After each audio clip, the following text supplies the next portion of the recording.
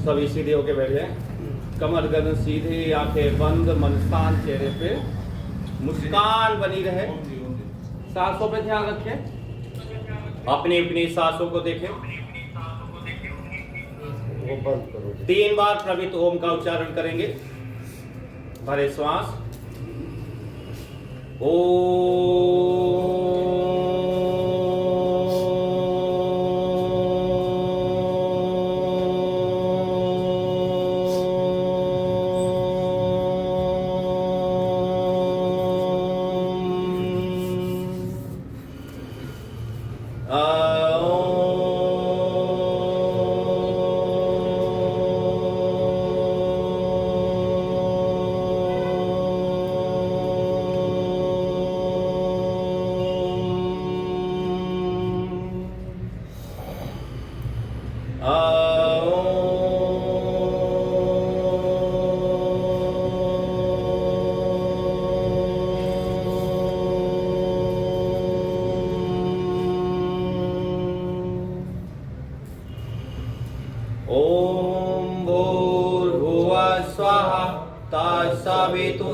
सवितुर्वरेण्यं भर्गो देवस्य धीमहि धियो यो नः प्रचोदयात्।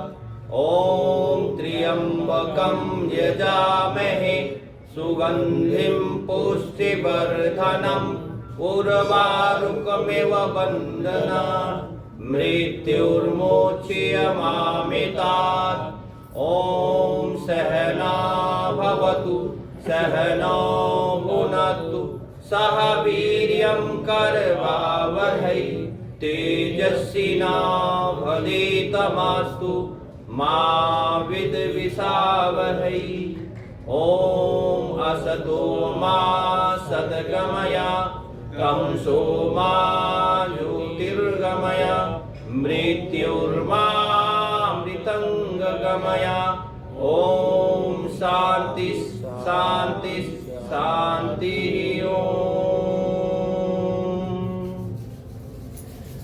परम परमेश्वर प्रार्थना करते हुए आज के युग के योग ऋषि श्रद्धेय स्वामी जी और श्रद्धेय आचार्य जी को शुभ उपस्थिति को नमन करते हुए उनके प्रतिरूप में हमारे जिले के कार्य देख रहे आदरणीय राजकुमार ध्यानी जी और आप सभी भाई लोग और बेटियों को आज के सत्र में प्रतिदिन की तरह स्वागत अभिनंदन है। आज का सत्र लेने आ रहे आदरणीय भाई अशोक त्यागी जी जो दिल्ली प्रांत और एनसीआर के अब पूर्व हो गए जनवरी से प्रभारी रहे हैं, बहुत अच्छे ज्ञाता हैं, एक सुप्रीम कोर्ट के एडवोकेट भी हैं, एक सिद्ध पुरुष हैं, उनका सानिध्य प्राप्त होगा। तब तक ध्यान जी क्या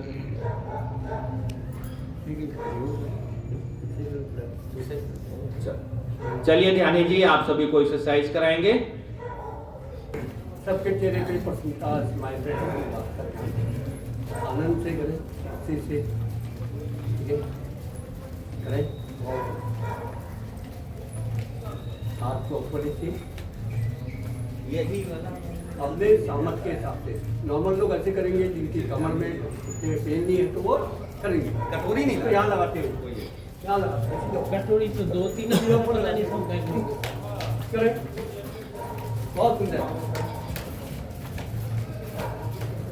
करें, बहुत आ जाए वापिस, हाथ यहाँ रखें।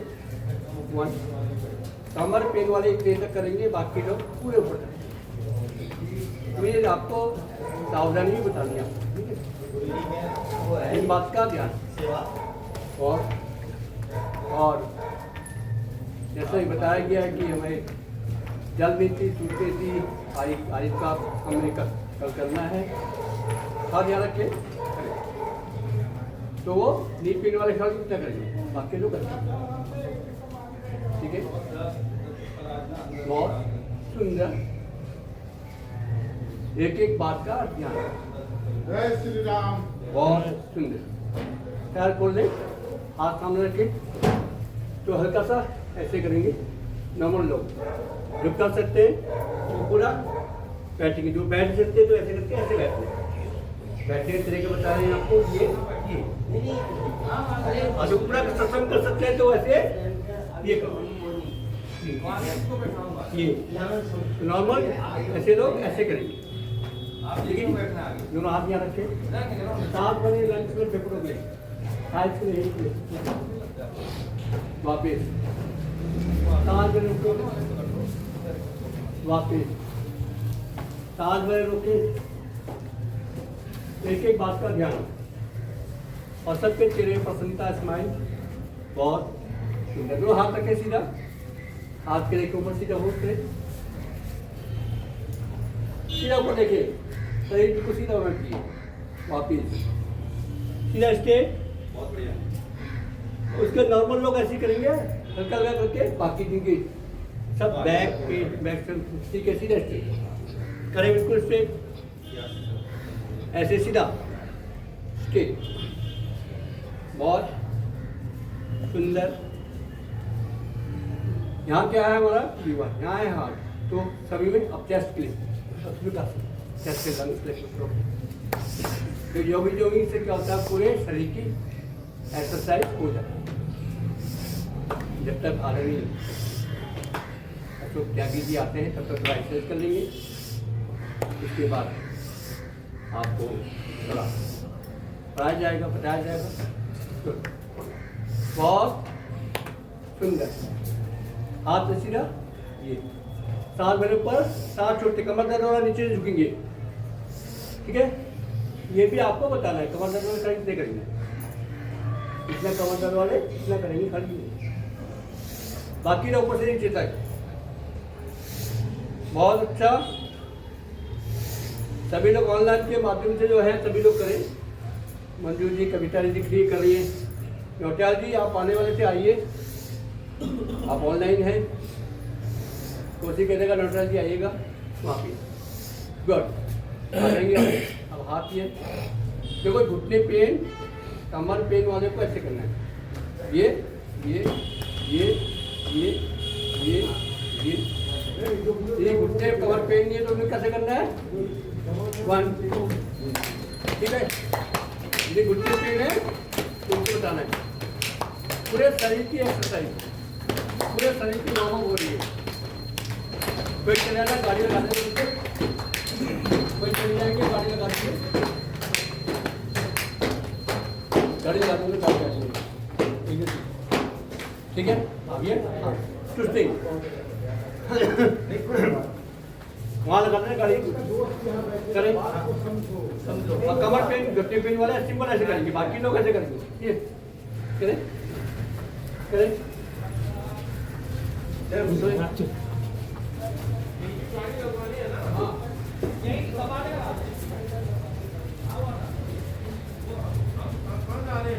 बहुत सुंदर। और थोड़ा अब थोड़ा क्या करेंगे, ये सियाची का पेन से सियाची का पेन के लिए जो जानकारी आपको ली थी। सियाची का पेन, यूट्रस ओवरी फर्स्ट, ये हमारे एक्टिवेशन। ये पूरी स्पाइन, ये पूरी स्पाइन ऑनलाइन के माध्यम से सभी लोग करें ये। और ये हमारे सर के पॉइंट आगे ये जानकारी आपको मिलेगी। बहुत सुंदर, गुड। नमस्कार है, ठीक है। प्रणाम आसन, हस्तोत्थान आसन,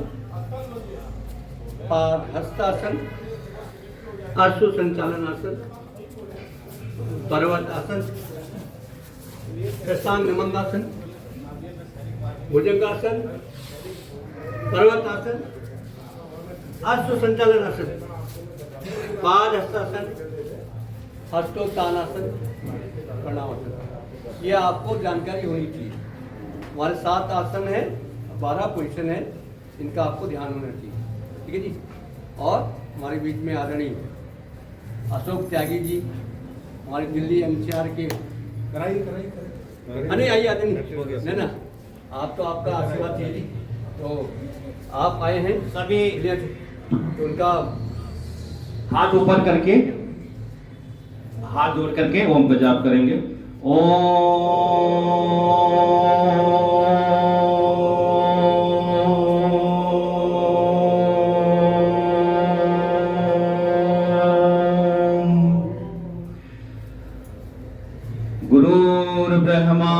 गुरुर्विष्णु गुरुर्देवो महेश्वरः गुरु साक्षात् परम ब्रह्म तस्मै श्री गुरुवे नमः। ऐसे गुरु जिन्होंने हम सभी को योग में लाया, योग पढ़ाया, योगमय जीवन दिया, जिससे हम सभी का हर सर्वांगीण विकास हो रहा है। ऐसे गुरुदेव के परम शिष्य हम सभी के गुरु आदरणीय भाई अशोक त्यागी जी आज उपस्थित हुए हैं। जिला छतरपुर की तरफ से उन्हें हम अभिनंदन करते हैं, स्वागत करते हैं। आदरणीय ध्यानी जी को कहेंगे कि अंग वस्त्र उन्हें धारण करा के उनका अभिनंदन करें। ओम धन्यवाद, प्रणाम। आदमी जी आप ये बड़े सौभाग्य की बात है और ये बड़े सौभाग्य की बात है कि आज आदरणीय जी यहाँ पे आए हैं। वो दिन याद है मेरे को 4 जून का, जब आदरणीय जी रामलीला मैदान में हम थे। वो समय है, आपका समय है। आदरणीय जी से बहुत कुछ सीखा। कल मैं MP भाई जी से बात कर रहा था।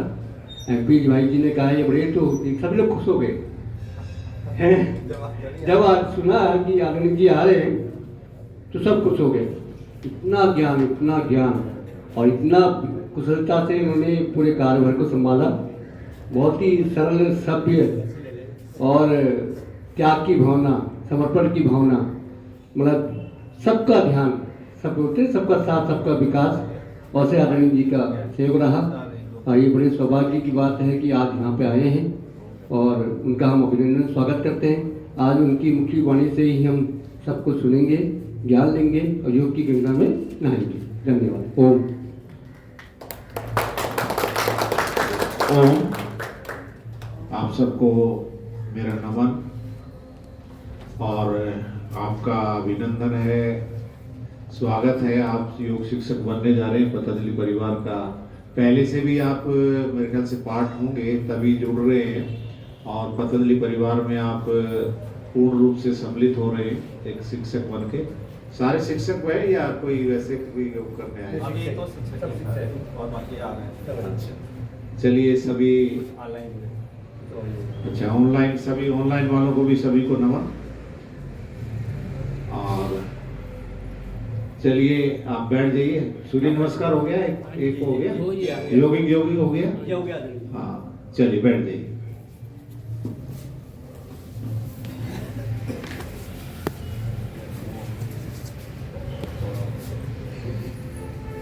प्रार्थना तो आपने कर ली होगी सुबह, है? कर ली ना? हाँ। तो प्रार्थना के भी आपको सभी को याद होनी चाहिए। शांति पाठ याद होना चाहिए, आपके उसके नंबर मिलेंगे। नवरात्रे चल रहे हैं और आज अष्टमी है ना? ये नवरात्रे 2 समय साल में 2 बार आते हैं और हर त्योहार साइंटिफिक है।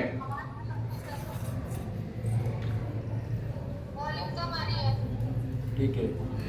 ओम। आवाज नहीं सुन पा रहे हैं आप? बाकी लोग को आवाज सही आ रही है कविता जी? नवरात्रे हाँ, बाकी लोग को सही आ रही है। मंजू जी एक बार देखो अपना आवाज। जो अब वाले चल रहे हैं, इसके बाद क्या होता है, हमें आहार पर बिल्कुल संतुलन रखना होता है। और जो सितंबर अक्टूबर में आते हैं उनका मतलब क्या है, खाना पीना खूब खाओ। और ये नवरात्र क्या है, अब स्टॉप कर दीजिए। बसोड़ा पूछ दिया ना, बासी खाना बंद। और अब एक समय खाना, संयम से रहना। ये 4 महीने कैसे आने वाले हैं, मई, जून, जुलाई, अगस्त, इनमें सूर्य की किरणें सीधी हो जाती हैं। सूर्य की किरणें कैसी होती हैं? सीधी पड़ती हैं और वो हमारे शरीर बल को कमजोर करती हैं। क्या करती हैं? यानी अभी तक शरीर का बल फरवरी तक बढ़ा हुआ था, यानी सितंबर के बाद शरीर बल बढ़ना शुरू होता है और दिसंबर तक, जनवरी तक खूब बढ़ जाता है और उसके बाद फरवरी तक वो एक स्थिर रहता है, फरवरी बाद तक। और अब कड़वा खाने का समय कौन सा है? कड़वा खाने का। कितने रस होते हैं? कितने रस होते हैं? 6 ऋतुएं हैं, 6 ही रस है। तो इस समय कौन सा कड़वा खाने का रस है? उसके कड़वे के बाद कसेले का आता है, ठीक है, नमकीन, और फिर उसके बाद फिर मीठे की शुरुआत हो जाती है। तो इस तरह से ये फिर तीखा, सर्दी जब कड़ाके की पड़ती है, जब सर्दी कड़ाके की पड़ती है तब तीखा। तो 6 रसों का समावेश से सारा ये संसार बसा है। हम भी 6 रसों की पैदाइश है, 6 रसों से ही सब कुछ होता है। चलिए, नवरात्रों की बात कर ली हमने। नव माता का आशीर्वाद रहे, हमें शक्ति संवर्धन रहे हमारा। आप शिक्षक बनने आ रहे हैं, तो शिक्षक बनने के लिए सबसे पहला पैरामीटर क्या है? एक शिक्षक को क्या पता होना चाहिए? सबसे पहला पैरामीटर है तो उसको टेक्निक का पता होना चाहिए। क्या पता होना चाहिए? टेक्निक, विधि। जो भी आप कर रहे हैं उसकी विधि का ज्ञान। अगर आपको टेक्निक पता नहीं है तो आप अच्छे टीचर कहलाएंगे क्या? तो जो भी आप सूक्ष्म व्यायाम करते हैं, प्राणायाम करते हैं, आसन करते हैं, एक्यूप्रेशर करते हैं, मालिश करते हैं, तो उनकी सबकी क्या है? एक टेक्निक है। क्या है? और दूसरा पॉइंट क्या होता है? शिक्षक को जानना क्या जरूरी है? टाइमिंग। क्या जानना जरूरी है? टेक्निक का जानना जरूरी है, विधि का जानना जरूरी है, और दूसरा समय सीमा का जानना जरूरी है। उसको समय सीमा का ज्ञान होना चाहिए। मैं एक व्यायाम कर रहा हूं, कितनी देर करना है? करता ही जाऊं क्या? उसकी क्या समय सीमा है? उसका ज्ञान। कोई भी प्राणायाम करते हैं, कोई भी आसन करते हैं, तो उसकी समय सीमा का ज्ञान आपको होना चाहिए। तीसरा क्या पता होना चाहिए आपको? लिमिटेशंस पता होनी चाहिए। क्या पता होना चाहिए? सावधानियां पता होनी चाहिए। एक अच्छे शिक्षक को क्या क्या पता होना चाहिए? विधि का ज्ञान होना चाहिए, समय सीमा का ज्ञान होना चाहिए, तीसरा सावधानियों का ज्ञान होना चाहिए। तभी तो अच्छे शिक्षक कहलाएंगे आप। चौथा स्टेप, उसको क्या पता होना चाहिए? लाभ और हानि पता होना चाहिए। क्या पता होना चाहिए? लाभ और प्रॉफिट लॉस। हाँ, किसी को लाभ की बात समझ आती है, किसी को हानि की बात समझ आती है। कोई आपकी तरफ अट्रैक्ट होगा, उसको हानियां बताओगे तब अट्रैक्ट होगा, कोई आपको लाभ बताओगे तो तब अट्रैक्ट होगा। इस कक्षा में योग शिक्षक बनने के लिए भी आप लाभ और हानियों का ज्ञान जानते हो, तभी यहां पर आकर बैठे। तो ये 4 बातें आवश्यक हैं एक योग शिक्षक के लिए। अगर आप अच्छे योग शिक्षक हैं, तो अगर आप टेक्निक नहीं जानते, टाइमिंग नहीं जानते, लिमिटेशंस नहीं पता है आपको, और उसके बेनिफिट और यानी हानियां नहीं पता है, तो आपका कोई फायदा नहीं है शिक्षक बनने का। ना आपको कोई शिक्षक कहेगा अगर आप टेक्निक नहीं बताते हैं। अगर मैं किसी आसन की टेक्निक पूछता हूँ, टाइमिंग पूछता हूँ, उसकी लिमिटेशन पूछता हूँ, उसकी लाभ हानियां पूछता हूँ, तो आपको उसका पता होना चाहिए। ठीक है ना? तो ये सबसे पहला पैरामीटर है कि एक टीचर के लिए क्या ज्ञान होना चाहिए। दूसरा, उसको शरीर का ज्ञान होना चाहिए। किसका ज्ञान होना चाहिए? और शरीर के साथ योग कैसे अट्रैक्ट होता है, उसका क्या संबंध है, योग शरीर पर कैसे काम करता है, उसका पता होना चाहिए। तभी तो अच्छे शिक्षक बनेंगे आप।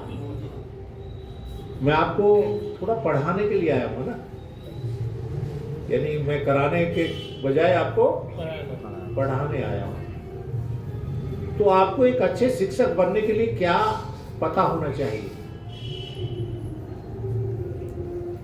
ये जो शरीर है इसका ज्ञान होना चाहिए, और कौन सा योग, कौन सा आसन, कौन सा प्राणायाम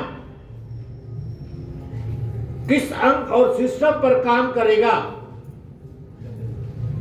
कैसे काम करेगा, ये आपको पता होना चाहिए।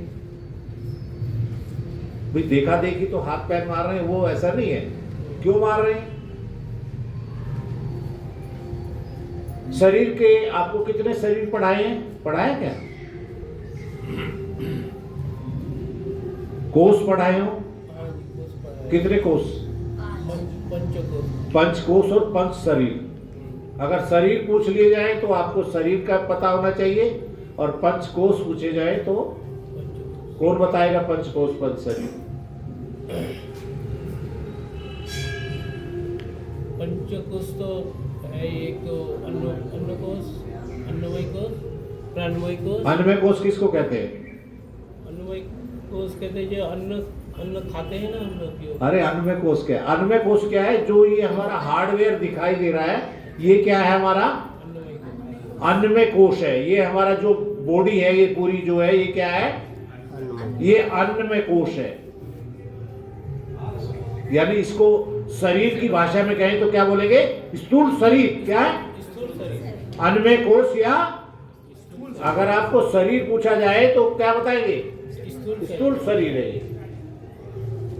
और अन्नमय कोष है जो ढांचा आपको दिखाई दे रहा है, जो हार्डवेयर दिखाई दे रहा है, उसको क्या बोल रहे हैं? स्थूल शरीर या अन्नमय कोष। दूसरा शरीर या दूसरा कोष? हाँ, दूसरा क्या है? प्राणमय कोष या प्राण शरीर। कौन सा शरीर है? इसको आप कैसे डिफाइन करेंगे? सूक्ष्म शरीर। सूक्ष्म शरीर तो है, स्थूल शरीर के बाद सूक्ष्म शरीर ही आएंगे। अब सारे ये सारे शरीर क्या है? बाकी चार शरीर क्या है? स्थूल शरीर जो है अन्नमय कोष स्थूल शरीर कहलाता है, और बाकी सूक्ष्म शरीर ही है। बाकी सूक्ष्म शरीर ही है जो आउटर बॉडी को इनर बॉडी से जोड़ने का हाँ। काम करता है। प्राणमय कोष है। प्राण की परिभाषा कोई जानता है? किसको कहते हैं प्राण? प्राण ये वायु को ही बोलते हैं। इनडायरेक्टली वायु को ही बोलते हैं, बट प्राण एक, देखिए, अगर आपने हार्डवेयर और सॉफ्टवेयर के बारे में पढ़ा है तो सॉफ्टवेयर जो है दिखाई नहीं देते हैं। सॉफ्टवेयर देखे किसी ने? सिर्फ हार्डवेयर दिखाई देते हैं। ऐसे ही ये हमारा हार्डवेयर तो दिखाई देता है, लेकिन इसके अंदर जो सॉफ्टवेयर काम करते हैं वो दिखाई नहीं देता। और शक्तिशाली कौन होते हैं? सॉफ्टवेयर शक्तिशाली होते हैं। अब हमारा जो पहला सॉफ्टवेयर है वो कौन सा है? एक मेन सॉफ्टवेयर डलता है। देखिए जब कंप्यूटर में भी डालते हैं ना, हाँ, वो अगर ना डाले तो कोई से भी और सॉफ्टवेयर नहीं डलेंगे। डलेंगे कौन सा? पहले उसको मेन सॉफ्टवेयर को डाला जाता है, और उसके बाद ही, जैसे विंडो है आपका, जो भी डालते हैं मेन सॉफ्टवेयर है ना, वो अगर वो पहले मेन सॉफ्टवेयर डलेंगे तो उसके बाद ही अन्य सॉफ्टवेयर डल पाएंगे। ऐसे ही मेन सॉफ्टवेयर कौन सा है? प्राण। प्राण क्या है? हमारे अंदर मेन सॉफ्टवेयर है। ये क्या करता है? ये श्वास पर श्वास को निरंतर चलायमान रखता है। इसकी परिभाषा भी कह सकते हैं इसको, जो श्वास पर श्वास को निरंतर चलायमान रखता है उसको प्राण कहते हैं, है ना? जो निरंतर उसका आवागमन को जारी रख रहा है। श्वास के साथ शक्ति को अंदर ले जाता है, और प्रश्वास के साथ जो दूषित वो है उनको बाहर निकालते हैं। यानी हमें ऊर्जावान करता है। कौन करता है? प्राण। और प्राण को करने के लिए यानी जागृत करने के लिए क्या करें? हम आसन करते हैं, प्राणायाम करते हैं और मुद्राएं लगाते हैं। मुद्राएं लगाते हैं ना। प्राण मुद्रा बताएगा कौन सी है प्राण मुद्रा? कोई बताएगा? प्राण मुद्रा या शक्ति मुद्रा के बारे में बताएगा कौन? मुद्रा पढ़ाएं क्या? पढ़ाए तो है, पढ़ाए तो है। ये देखिए, ये जल है, ये पृथ्वी है। ये क्या है? पृथ्वी है, बड़ी जगह है। जल और पृथ्वी और अग्नि जब मिल जाती है तो क्या होता है? शक्ति बढ़ती है, प्राण बढ़ता है, प्राण शक्ति बढ़ती है। ये जल, ये पृथ्वी और ये अग्नि। जल और पृथ्वी और अग्नि जब तीनों बनती है तो प्राण की शक्ति बढ़ जाती है। प्राण का एक बीज को जब अंदर डाला जाता है तो पृथ्वी के अंदर डाला जाता है। क्या डाला जाता है? पृथ्वी के अंदर फिर उसमें क्या दिया जाता है? जल, जल दिया जाता है। फिर ऊपर से क्या दिया जाता है? तो तभी तो प्राण होता है। उसमें क्या होता है? अंकुरण आ जाता है। अंकुरण कब फूटता है? जब उसे पृथ्वी मिलेगी, जब उसे जल मिलेगा और जब उसे तो क्या आएगा? प्राण शक्ति हाँ जाग जाएगा। प्राण कब जाग जाएगा? तो इसलिए आपको जानना पृथ्वी और इसकी महत्ता को जानना है। यानी बीज को अगर डाल दिया अंदर तो जब तक उसको पृथ्वी का यानी नहीं डब मिलेगा, पूरा मिलेगा, जल नहीं मिलेगा और अग्नि का स्पर्श वो नहीं होगा, तब तक उसमें अंकुरण नहीं है। तो ये प्राण भूत शक्ति है। ये अगला सॉफ्टवेयर दूसरा कौन सा है? मनोमय को मनोमय कोश। ये क्या है? मन में मनोमय कोश में क्या है? इसमें चार हमारे मन आते हैं, मन, बुद्धि, अहंकार से। हाँ, ये तो इसके पार्ट्स आते हैं, लेकिन इसमें क्या पैदा होता है? मन में विकार, इसमें विचार पैदा होता है। क्या होता है? विचार हाँ, जो विचार हमारे अंदर पैदा होता है वो कहाँ होता है? मनोमय कोश में पैदा होता है। इसको मन शरीर भी कहते हैं। अगर शरीर की परिभाषा में पूछे जाए तो आपको स्थूल शरीर, प्राण शरीर, मन शरीर ऐसे बोलना है। अगर आपको कोश पूछा जाए तो आपको अन्नमय कोश, प्राणमय कोश और मनोमय कोश ऐसे बोलना है। अगला कौन सा है? विज्ञानमय कोश और आनंदमय कोश। और उनको ऐसे बोलते तो ज्ञान शरीर और आनंद शरीर। ज्ञान शरीर आनंद। अगर आपसे पंच शरीर के बारे में पूछा तो पंच शरीर तो पढ़ा ही नहीं हमें, तो आपको इस तरह से उनको डिफाइन करना है। समझ आ गया सबको? इनकी साधना भी करनी है शरीरों की। जब हम ध्यान करते हैं ना तो पहले हम पूरा अपने अन्नमय कोश को देखें, यानी जो हार्डवेयर उसका ध्यान करें। फिर उसके बाद प्राणों पर ध्यान करें। जब ध्यान करते हैं फिर प्राणों पर ध्यान करें, फिर मन पर ध्यान करें, ऐसे ज्ञान शरीर पर आनंदमय। इस तरह से यानी हम ध्यान की क्रिया में भी इनको रखकर इनको स्वस्थ कर सकते हैं। जिस चीज पर ध्यान दिया जाता है उसमें क्या होता है? बच्चे पर ध्यान दिया जाए, पौधे पर ध्यान दिया जाए, किसी पशु पक्षी पर ध्यान दिया जाए तो उसका विकास सही से होता है। तो अगर हम आंखें बंद करके ध्यान करते हैं, अपने शरीर का ही ध्यान करते हैं, तो हमारा शरीर क्या होता है? अच्छा विकास होता है, स्वस्थ होता है ना? उसका विकास हो जाता है। तो आपको यानी ध्यान की क्रिया के द्वारा भी इन शरीरों को देखना चाहिए। जब मेडिटेशन करते हैं ना तो मेडिटेशन में भी पहले आप मनोमय कोश को पूरे को देखें, फिर अपने प्राण शरीर को देखें, फिर मन शरीर को देखें, फिर ज्ञान शरीर को देखें, फिर आनंद शरीर के बाद आनंदित हो जाए। आनंद किसमें है? आनंद कब होता है? जब हम लयबद्धता में होते हैं। आनंद कब आता है? रिदम किसको पकड़ना है? हाँ, रिदम को पकड़ना है। हर आसन करिए, प्राणायाम करिए, कोई भी क्रिया कीजिए तो किसको पकड़ना है? रिदम को पकड़ना है। किसको पकड़ना है? लय। एक लय में आपको काम को करिए तो भगवान बसते हैं। लय में क्या है? रिदम के साथ अगर किसी चीज को किया जाए, चाहे आप कोई प्राणायाम करें, कोई आसन करें, और उसको एक लय के साथ करते हैं, एक रिदम के साथ करते हैं, तो आपको आनंद आता है। आप आनंद शरीर में रहते हैं। किस में रहते हैं? हाँ, आनंद तभी तो आता है ना लय के बाद। नहीं तो आप कभी कुछ कर रहे, कभी कुछ कर रहे, मन लग नहीं रहा है, लय आ नहीं रही है। अब ऐसे ही जब विचार पैदा होता है तो ये मन में होता है। आप बेशक थोड़ा थोड़ा आगे भी आ सकते हैं। मैं अभी कुछ करा नहीं रहा हूं ना, तो आपको अगर सुनने में कोई दिक्कत है, कोई वैसे है, तो आगे भी आ सकते यहाँ पे आ जाओ, यहाँ पे। हाँ। चलिए, कोई बात नहीं। अब आवाज सबको सही आ रही है?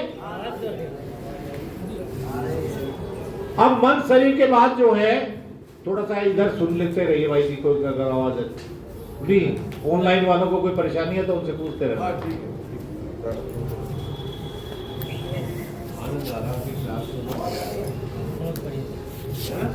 अब विचार जब ज्ञान के पास जाता है तो वो एक ध्येय को पकड़ लेता है। क्या करता है? यानी ध्येय को पकड़ लेता है। विचार आने से कोई बात नहीं, विचार तो आते रहते हैं, लेकिन विचारों को ज्ञान के पास ना ले जाया जाए, ज्ञान शरीर के पास ना ले जाया जाए, तो विचार किसी उस पर मंजिल पर नहीं पहुंच पाते। अच्छे विचार भी आते हैं, बुरे विचार भी आते हैं, तो उनका मंथन कहां पर होता है? ध्येय को पकड़ने के लिए कहां जाना पड़ता है? ज्ञान के पास, विज्ञान में कोष। किसके पास? विज्ञान में कोष। और विज्ञान में कोष में जब हम उसका मनन करते हैं तो एक निध्यासन की स्थिति आ जाती है। और निध्यासन की स्थिति में हमें सही और गलत का पता चल जाता है, और जिसको सही और गलत का पता चल जाता है उसको दुख नहीं होता। हाँ, और दुख नहीं होता तो उसको क्या रहता है? आनंद रहता है। तो वो आनंद को पाता है।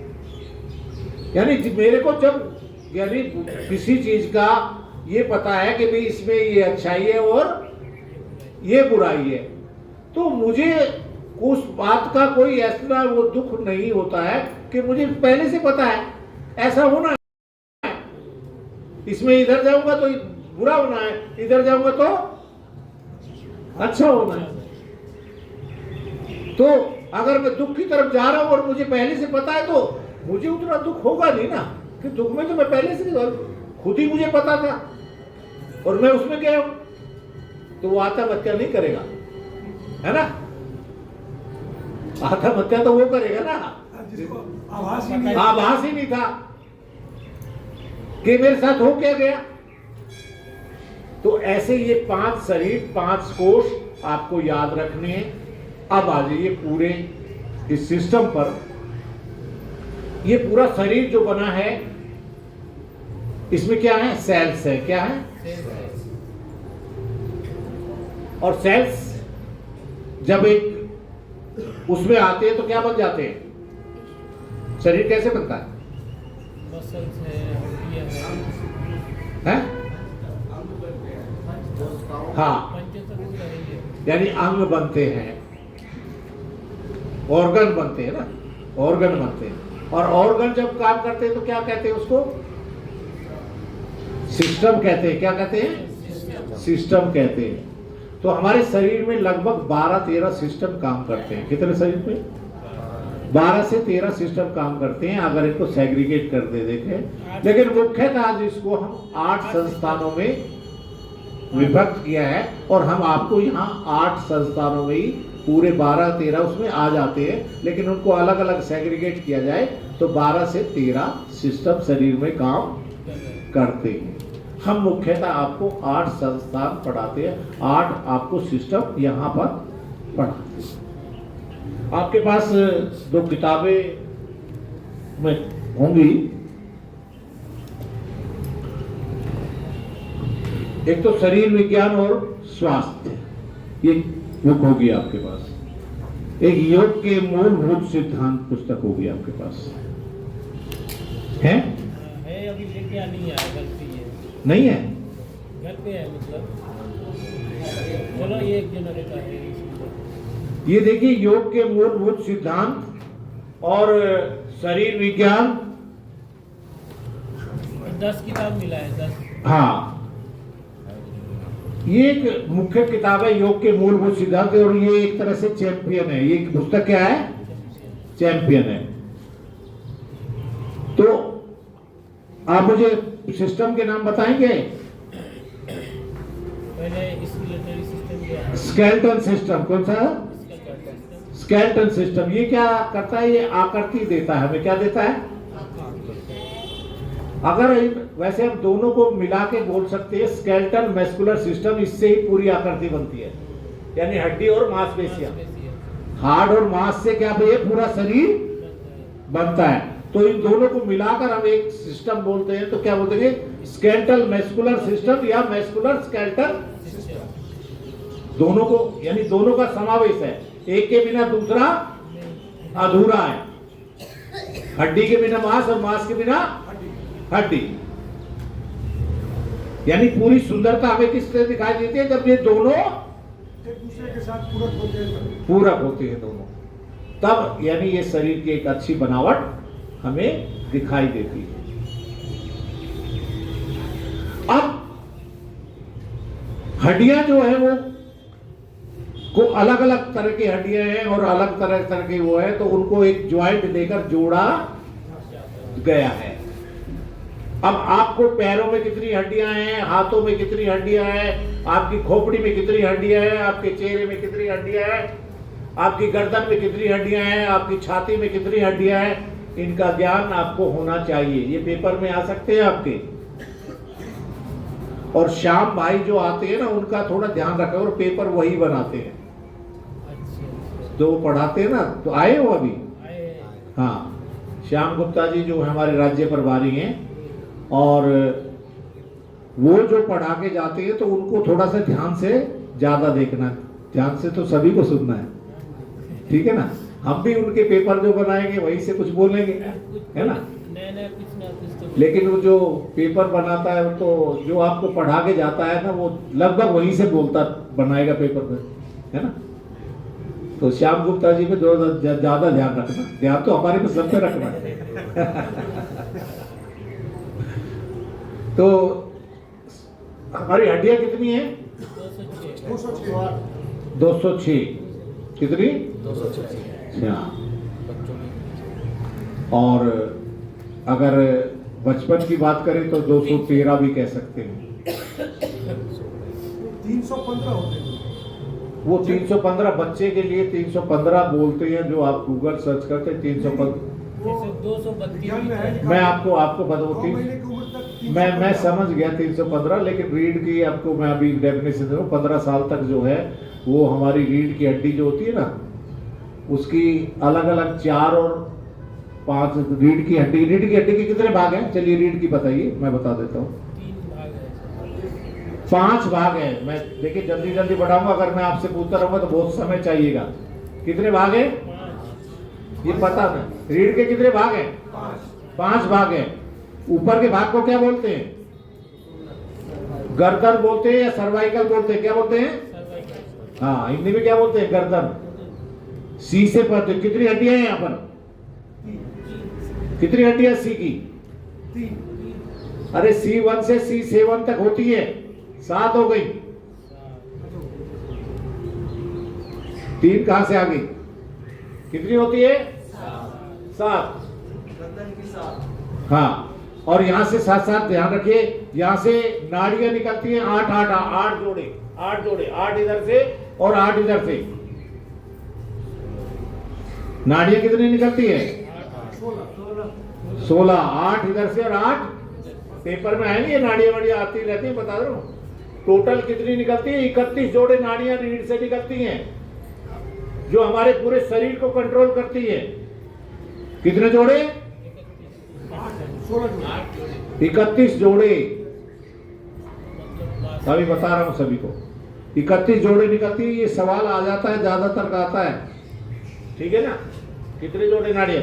ये 8 जोड़े जो नाड़ियां निकलती है, ये हमारी आंख, नाक, कान, दिमाग को ऑपरेट करती हैं। किसको ऑपरेट करती है? हाँ, ये सारा जो पूरे सिस्टम को कंट्रोल करती है। और नीचे कितनी हड्डियां हैं?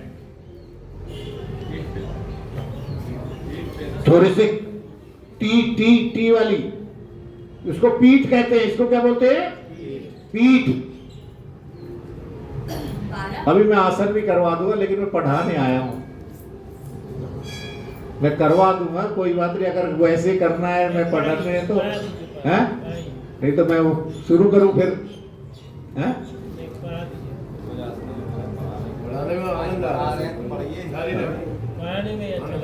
कितनी है टी वाली? कितनी है? 12। इसको पीठ कहते हैं। क्या बोलते हैं इसको? इसको गर्दन बोलते हैं, इसको पीठ बोलते हैं। इसमें कितनी है? 12 जोड़े ही नाड़ियां निकलती है इधर से। 12 जोड़े, 12 इधर से, 12 ये हमारे सारे इनके सिस्टम को, हार्ट को, इनको सबको कंट्रोल करती हैं। हाथों को सबको कंट्रोल करती है। उससे नीचे क्या आता है? लंबर, कमर। इसको क्या बोलते हैं? हाँ, यानी ऊपर गर्दन, पीठ और कमर। कमर में कितनी हड्डियां होती हैं? 5, L1 से L5। और 5 जोड़े ही नाड़ियां निकलती है इधर से। ये हमारे पैरों को, हमारे अंगों को, इनको ये नगो कंट्रोल करती हैं। अगर L वाली खराब हो जाए तो पैर काम करना बंद कर देते हैं। पैर होते चलते नहीं है। L में गड़बड़ हो जाए तो बड़ी गड़बड़ हो जाती है। पैर, हाथ काम करने बंद कर देते हैं। हाथ तो सर्वाइकल से जो है, लेकिन लंबर से पैरों का ऑपरेशन होता है। 5-5 जोड़े नाड़ियां निकलती हैं यहां से। इससे नीचे कौन सा है? लंबर से नीचे कॉक्सिक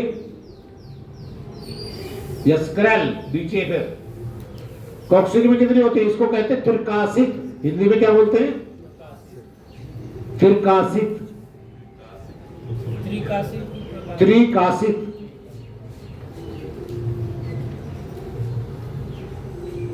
ये कितनी होती है?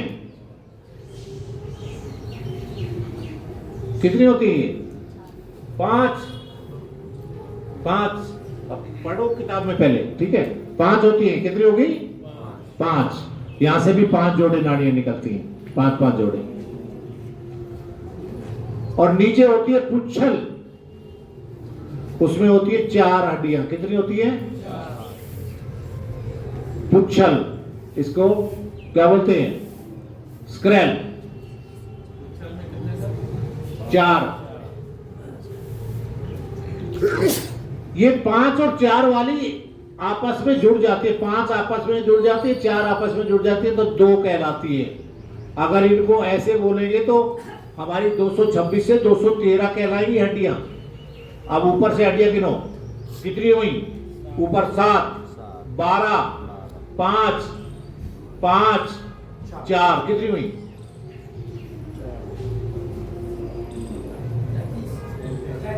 33 हो गई। कितनी हो गई? और वैसे कितनी कहलाती हैं? 33 भी 31 नहीं होती। जब अगर नीचे की 2 को जोड़ दोगे तो वो 9 से कितनी हो जाएंगी? 9 से कहलाएंगी 2। तो टोटल कितनी हो जाएंगी रीढ़ की हड्डी में? 2 माइनस कर देंगे। 2 माइनस नहीं कर देंगे। कितनी माइनस होंगी? 9 में से 9 को 2 में बना दो। कितनी माइनस हुई? 7। हाँ, तो कितनी हो जाएंगी टोटल? रीढ़ की हड्डी में कितनी हड्डियां होती हैं? 26। हाँ, तो वैसे तो 33 हो गई है? वैसे 26 होती है ना? तो ये तो 33 हो गई। मैंने कैसे पता? 33 हो गई ना। अगर रीढ़ की हड्डी में यहां 33 गिनोगे तो फिर तो कितनी हो जाएगी 226 से? यानी 206 से कितनी हो जाएगी? 213 हो जाएंगी ना। तो कभी ऐसे सवाल भी पूछ लिया जाए तो बता देना क्यों होती है ऐसा। ये 4 और 5 एक कहलाती है, आपस में जुड़ जाती हैं, इसलिए 14-15 साल के बाद ढूडी जो है ना, ढूडी बोलते थे। एक होते कोडी, एक होती है ढूडी, होते ना।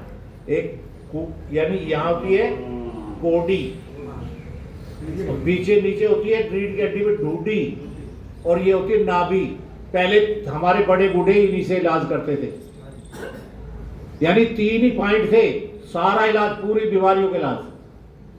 अगर ऊपर के सिस्टम में कोई गड़बड़ है तो कोडी क्या करना, ऐसे करते थे और इस कोडी को ठीक कर देते थे। रीढ़ में गड़बड़ है तो या ढूंढी से ठीक कर देते थे, पेट में गड़बड़ है नाभि से ठीक कर देते थे। 3 पॉइंटों की पकड़ लेते थे। तो ये ढूंढी जो है वो, यानी इसलिए कह वो 4 और 5 जुड़ जाती है, इसलिए 14-15 साल के बाद ढूंढी ठीक नहीं होती। पहले बच्चे के ऐसे करके वो ठीक कर देते थे, बड़े हाँ, बड़े की नहीं होती। तो ये 4 और 5 में जुड़ जाती है, ये ध्यान रखना, ठीक है। मांसपेशियां कितनी होती है हमारी? 519। हाँ, 519। वैसे अगर गूगल खोलोगे तो ज्यादा भी बता सकते हो, 600 भी बता सकते हैं, 600 से ज्यादा बता सकते हैं, लेकिन आपको कितनी याद रखनी है? 519 याद रखनी है।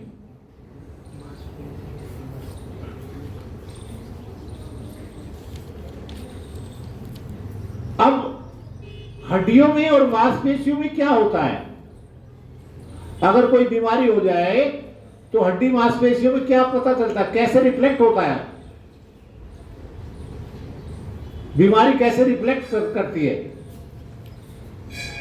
कैसे पता चलता है? पेन के द्वारा। कैसे? इनमें हड्डियों में और मांसपेशियों में क्या होता है? पेन होता है। क्या होता है?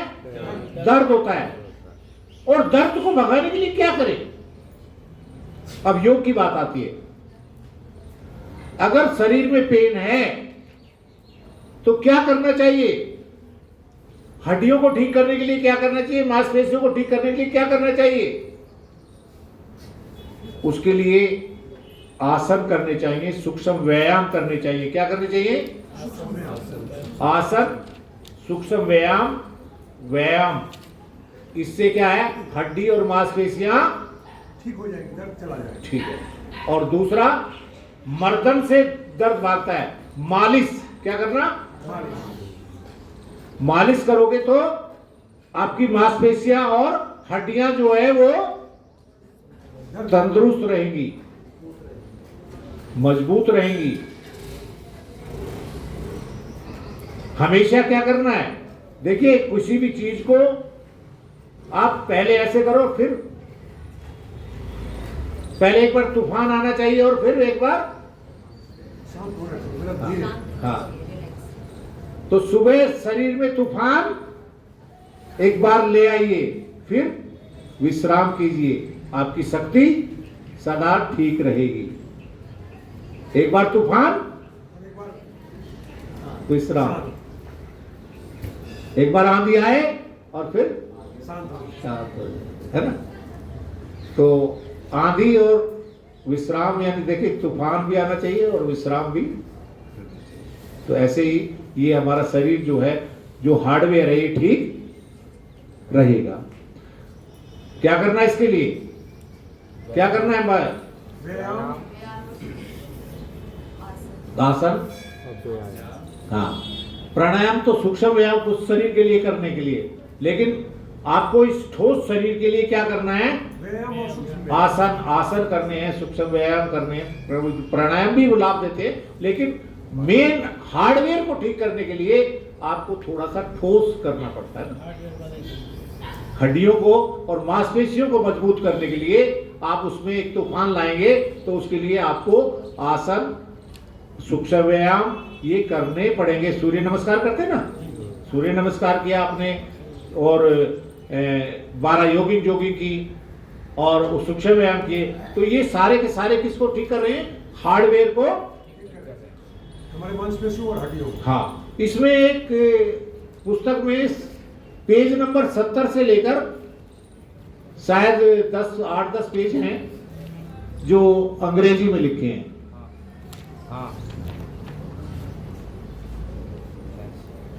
वो एनाटॉमी और फिजियोलॉजी की बात करते हैं। ये पढ़ लोगे तो आप अच्छे शिक्षक बन जाओगे। क्या है? एनाटॉमी और फिजियोलॉजी। पेज नंबर शायद 70 से है ना? हाँ, ये सारा एक बार पढ़ लेना सारा। इसमें देखिए आपके सारे सिस्टम हैं और उनका एविडेंस बेस है। क्या है? गवाह एविडेंस। एविडेंस यानी आप क्यों माने किसी चीज को? मैं कहूं कि इससे ये होता है, क्यों मानूं? भाई क्योंकि उसके प्रमाण दिया हुआ है। हाँ, जब आप मेरे को कोई एविडेंस देंगे मैं तब मानूंगा। मैं क्यों मानूं?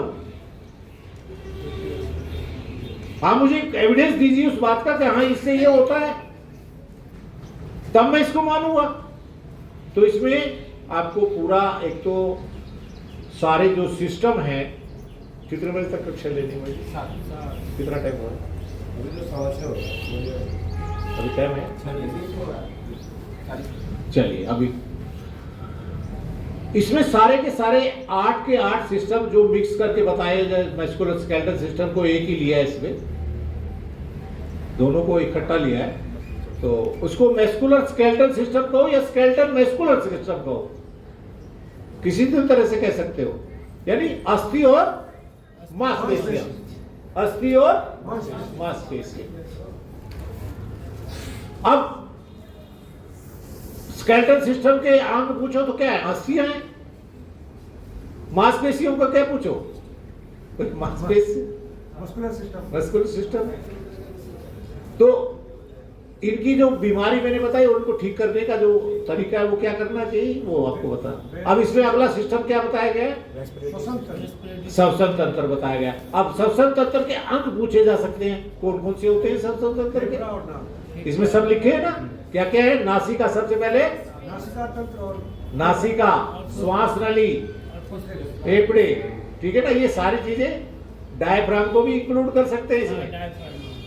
डायफ्राम को भी इसमें, हाँ, डायफ्राम होता है ना, इसके बिना तो फेफड़े नहीं चलेंगे। तो डायफ्राम काम नहीं करेगा तो फेफड़े भी काम नहीं करेंगे। अब श्वसन तंत्र के देखिए, ये सॉफ्टवेयर से एक तरह से इसमें काम करता है। कौन सा? प्राण। कौन सा सॉफ्टवेयर काम करता है? प्राण। श्वसन तंत्र को कौन चला रहा है? प्राण चला रहा है ना। अब इसमें वायरस कौन कौन से आ सकते हैं? सॉफ्टवेयर में वायरस आ जाते हैं ना, और वो हार्डवेयर को भी खराब कर देते हैं। फिर किसी भी बात में सॉफ्टवेयर खराब होगा तो हार्डवेयर खराब हो जाए, डब्बा बच जाएगा ना, इफेक्टिव होगा ही। सारी कीमत खत्म हो जाती है। तो इसमें वायरस कौन कौन से आ सकते हैं? कौन कौन से वायरस? खांसी, जुकाम, बुखार, एलर्जी, दमा, टीबी, ये क्या है? वायरस। श्वसन तंत्र को परेशान करते हैं। किसको परेशान करते हैं? श्वसन तंत्र। खांसी परेशान करेगी ना, आपके श्वास की लय अपने आप टूट जाएगी, जुकाम हो जाए, है ना? तो ये सारी की सारी बीमारियां क्या हैं? वायरस है। हाँ, पेपर में वायरस को तो नहीं पूछा जाएगा, मैं आपको समझाने के बोल रहा हूँ ये, ठीक है ना? तो श्वसन तंत्र के रोग अगर हम कहें तो ये क्या है? ये श्वसन तंत्र के ये रोग है। रोग है, ठीक है ना? बीमारियां हैं। अब इन बीमारियों को कैसे ठीक किया जाए? इसमें योग क्या करता है? इसके लिए सबसे बेस्ट है भस्त्रिका। सबसे बेस्ट कौन सी है? श्वसन तंत्र को ठीक करने के लिए सबसे बेस्ट कौन सा है? हाँ,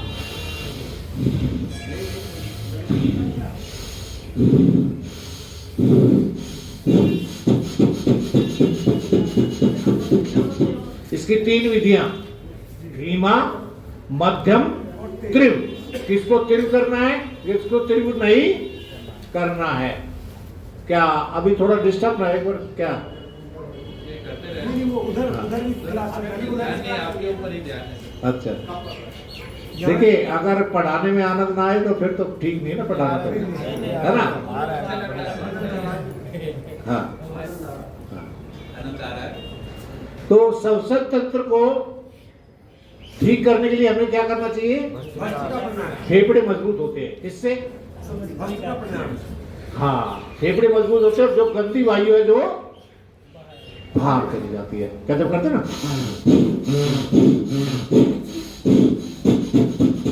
तो इससे क्या होगा? फेफड़े हमारे सबल होंगे और श्वसन प्राण जो शक्ति है वो निरंतर सही से काम करेगा। और इससे कौन कौन सी भी बीमारी नहीं होगी? खांसी नहीं होगी, जुकाम नहीं होगा, बुखार नहीं होगा, बुखार भी नहीं होगा, एलर्जी नहीं होगी, दमा नहीं होगा, टीबी नहीं होगी। क्या करने से? भस्त्रिका करने से। और श्वसन तंत्र इससे मजबूत रहेगा। अगला सिस्टम कौन सा है? पाचन तंत्र, डाइजेस्टिव सिस्टम। डाइजेस्टिव सिस्टम के साथ आप एक्सक्रीटरी सिस्टम को भी अगर कर ले, इसमें अलग अलग दिया गया है, लेकिन डाइजेस्टिव और एक्सक्रीटरी सिस्टम का एक समावेश है। अगर पाचन तंत्र काम के साथ निष्कासन तंत्र काम नहीं करता है तो दोनों गड़बड़ हो जाएंगे ना। दोनों का काम करना ठीक जरूरी है, यानी खाया हुआ पच जाए और गंध, अगर गंध नहीं निकलेगा तो जो पाचन दोबारा यानी और डालोगे वो सब, हाँ तो दोनों का काम करना ठीक होना चाहिए। इनके अंग कौन कौन से ये भी आपको पता होना चाहिए। पाचन तंत्र के वैसे तो मुंह से लेकर गुदा तक के सारे अंग हैं। अगर मोटी बात करें तो क्या करें? पाचन तंत्र के मुंह से लेकर गुदा तक जितने अंग है वो सब क्या है? पाचन तंत्र के अंग है। लेकिन इनको अलग अलग आप कहेंगे, मुंह है, आहार नली है, ठीक है, अमाशय है, ये हाँ ये लीवर भी, ये सब उसी के पार्ट आते हैं। तो ये सारे के सारे अगर पार्ट आपसे पूछे जाए तो आपके पेपर में आ सकते हैं ये। तो आपको याद होने चाहिए कि हमारे डाइजेस्टिव सिस्टम के अंग कौन से हैं और एक्सक्रीटरी सिस्टम के, उसमें किडनी आ जाती है, गुदा द्वार आता है, मूत्र द्वार आता है, ये सारे के सारे क्या है? Excretory system. आपकी त्वचा आती है, हाँ त्वचा आती है, रोम छिद्र जो है, ठीक है ना, ये सारे के सारे क्या है? आपके एक्सक्रीटरी सिस्टम है। ये क्या है? अब ये दोनों को ठीक करने की बीमारियां पता होना चाहिए पहले तो। पाचन तंत्र की अपच है ना, कब्ज है ना, ये सारी बीमारियां है ना, ये वायरस है एक तरह से। ये सारी बीमारियां जो हैं आपकी उससे आती है पाचन तंत्र। एक्सक्रीटरी सिस्टम से अगर गड़बड़ हो जाए तो आपको गुदा के रोग हो सकते हैं, मूत्र के रोग हो सकते हैं, है ना।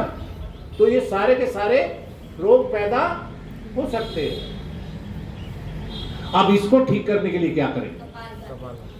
कपालभाति। दोनों को ठीक करने के लिए क्या करें?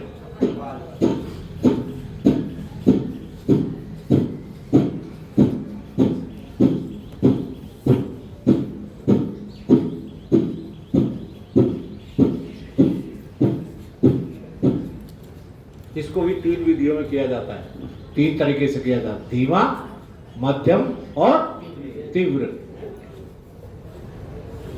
वैसे एक बात याद रख लो, इस धरा पर जितनी बीमारियां पैदा हो चुकी हैं, जो आगे पैदा होंगी, उन सब का इलाज क्या है?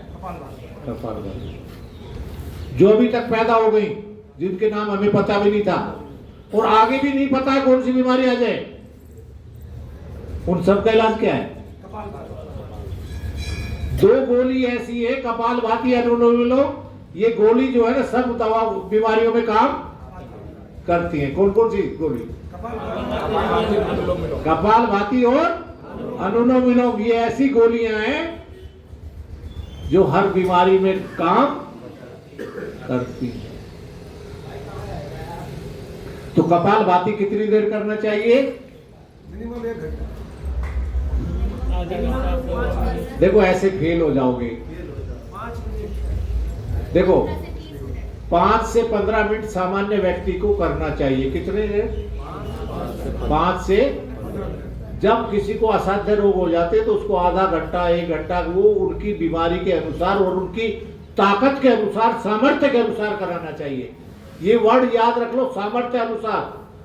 अगर किसी के अंदर शक्ति ही नहीं है तो आप उसको वो कराओगे तो फिर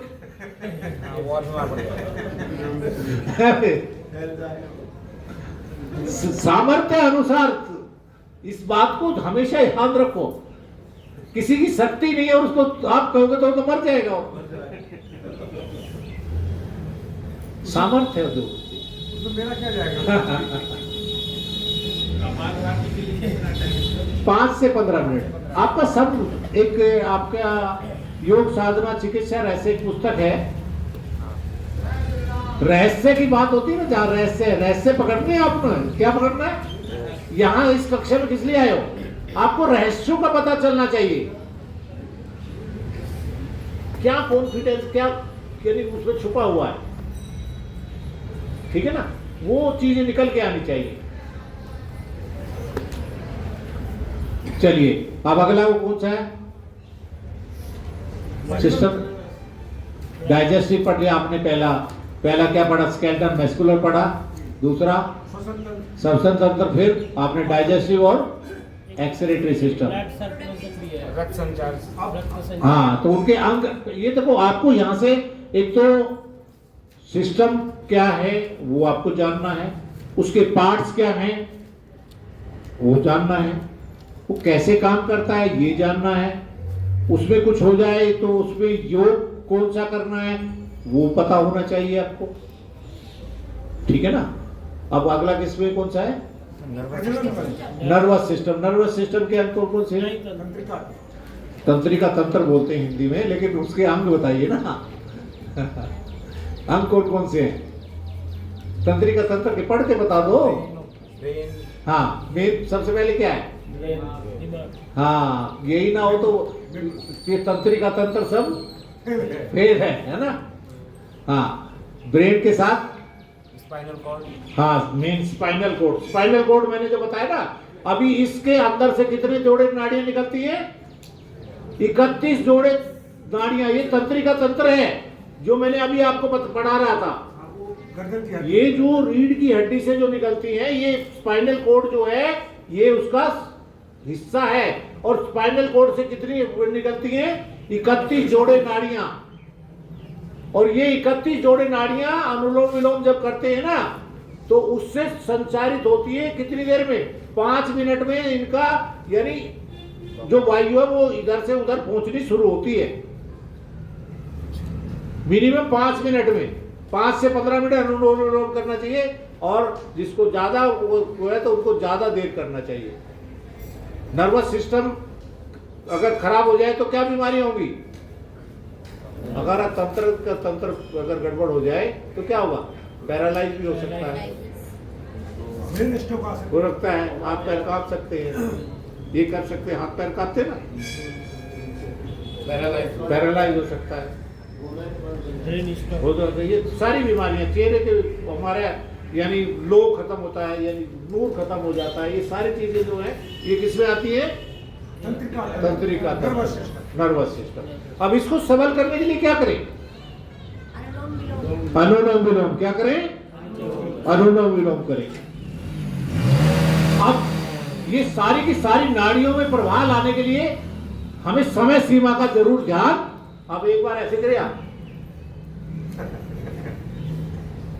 वर्षों करते रहो, पूरी जिंदगी करते रहो, कोई फायदा नहीं है, कोई लाभ नहीं होगा।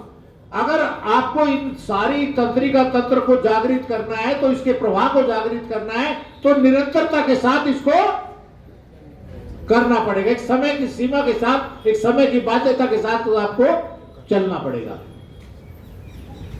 तभी तो लाभ होगा। क्योंकि प्रवाह देखिए, मैंने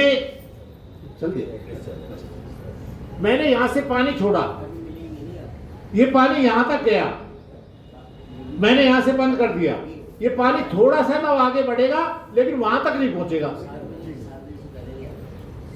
समझे मेरे को? अगर मैंने पानी के प्रवाह को यहां से रोज मैंने ऐसे किया, यहां से छोड़ा, जब यहां आगे बंद कर दिया, तो वहां तक कब कितनी देर में पहुंच जाएगा? नहीं पहुंचेगा ना।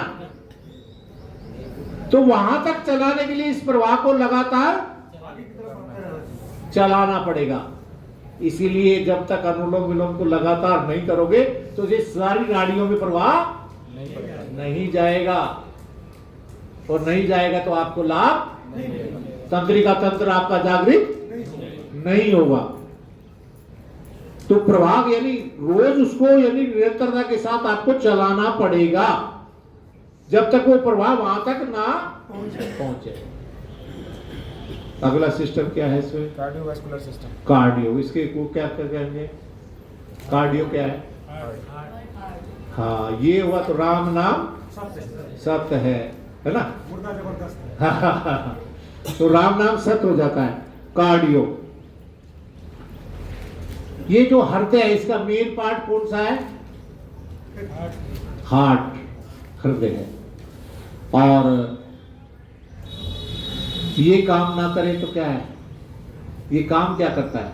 ये सारी नाड़ियों में रक्त का प्रवाह करता है। जितना आहार जाता है शरीर में, किसके द्वारा जाता है? पाचन तंत्र तो देता है। पाचन तंत्र के बाद उसमें रस बनता है, फिर रक्त बनता है, और वो रक्त जो है वो हाँ।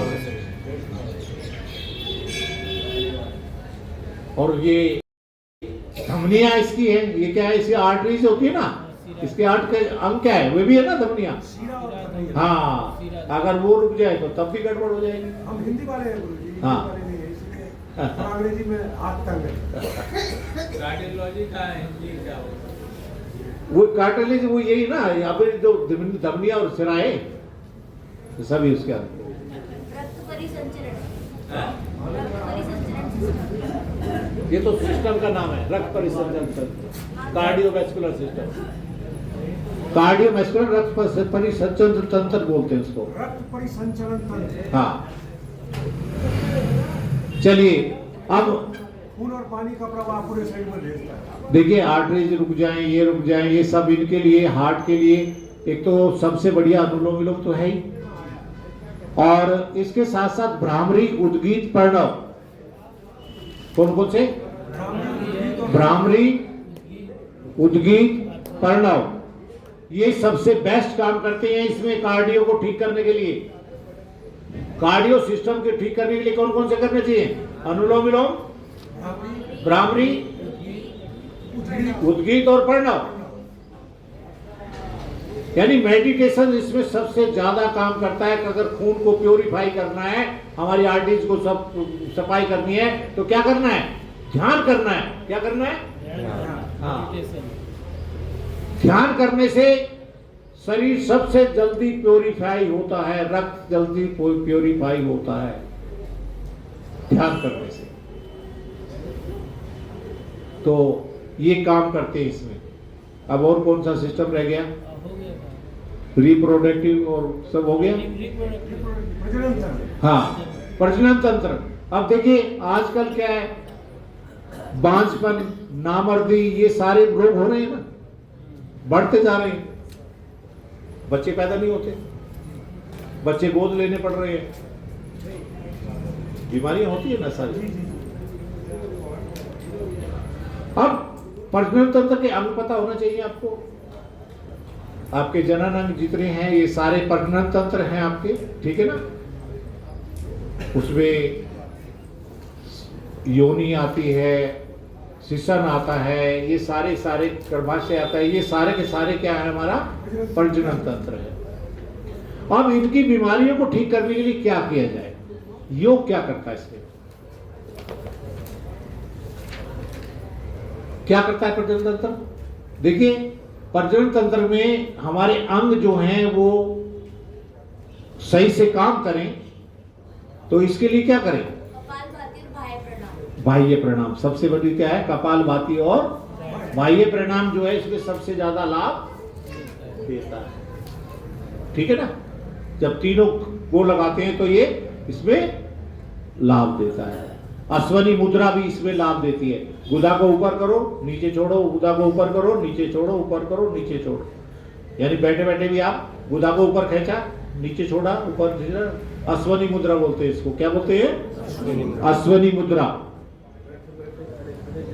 हाँ, गौमुख आसन में, गोमुख आसनों में आसन भी है। मैं अभी आसन वो भी काम करते हैं सारे वो। हाँ, प्रजनन तंत्र, गोमुख आसन उसमें काम करता है। तो ये पूछा जा सकता है, ये सवाल भी आपके पास आ सकते हैं। अब एक सबसे बढ़िया सिस्टम आपने छोड़ दिया जिसके बिना सब कुछ अधूरा है। Endocrine system. हाँ, एंडोक्राइन सिस्टम। ये सिस्टम ही ऐसा सिस्टम है जो हमारे शरीर में आनंद लाता है, आनंद शरीर में पहुंचाता है, भगवान से मिलाता है, ध्यान लगाता है, हमें सुलाता है, हमें जगाता है, हमें सुलाता भी है और जगाता भी है। हम कैसे जाग जाते हैं, कैसे सो जाते हैं पता नहीं ना, जाग भी जाते हैं और सो जाते। कौन सुला देता है, कौन जगा देता है? हम ठिक्कू हो जाते हैं, हम लंबू हो जाते हैं, हम मोटे हो जाते हैं, हम पतले हो जाते हैं। कौन करता है? Endocrine system. अंतःस्रावी तंत्र। अंतःस्रावी तंत्र बोलते हैं इसको। आपके बुक में सब पढ़ लीजिए। ये एंडोक्राइन सिस्टम जो है ये बड़े काम का है। इसके अंग कौन कौन से हैं? 8 glands है। ग्लैंड्स। इसके अंग कौन कौन से हैं? ग्लैंड्स। अगर उनके नाम पूछे जाए तो pituitary, pineal, thyroid, parathyroid, thymus, एंड्रिल, टेस्टिडिक्स, ओवरी, ये सारे के सारे क्या हैं? ग्लैंड्स है। ये क्या करती हैं? रस छोड़ती हैं। क्या करती हैं? हार्मोन्स बनाती हैं। क्या बनाती हैं? हार्मोन्स बनाती हैं। किसी के बाल सफेद हो जाते हैं, किसी के वो हो जाते हैं। ये सारे के सारे क्या है इसमें? वायरस। ये सिस्टम अगर शरीर में सही से काम ना करे तो शरीर का आनंद खत्म हो जाता है। शरीर की लयबद्धता आप ला ही नहीं सकते। ये सिस्टम अगर सही से काम करे तो हमें आनंद आता है यार काम करने में। लयबद्धता भी तभी आती है जब ये एंडोक्राइन सिस्टम सही से काम, हार्मोन्स और विटामिन का समावेश अगर सही से काम करेगा तो तभी ये हमारा शरीर में आनंद आएगा। हम प्रफुल्लित तभी होंगे जब एंडोक्राइन सिस्टम सही से काम, ये पाचन में भी काम करता है, रस है ना, ये सब कार्य में मदद करता है। ये मैं कहता हूं भगवान से भी अगर प्रीत करनी है, मानव से मानव की प्रीत करनी है तो एंडोक्राइन सिस्टम को जगाना होगा। अब ग्लैंड के करने के लिए क्या करें? देखिए उज्जै करते हैं ना, इससे क्या होता है? सारी ग्लैंड पे असर आता है ना। अरे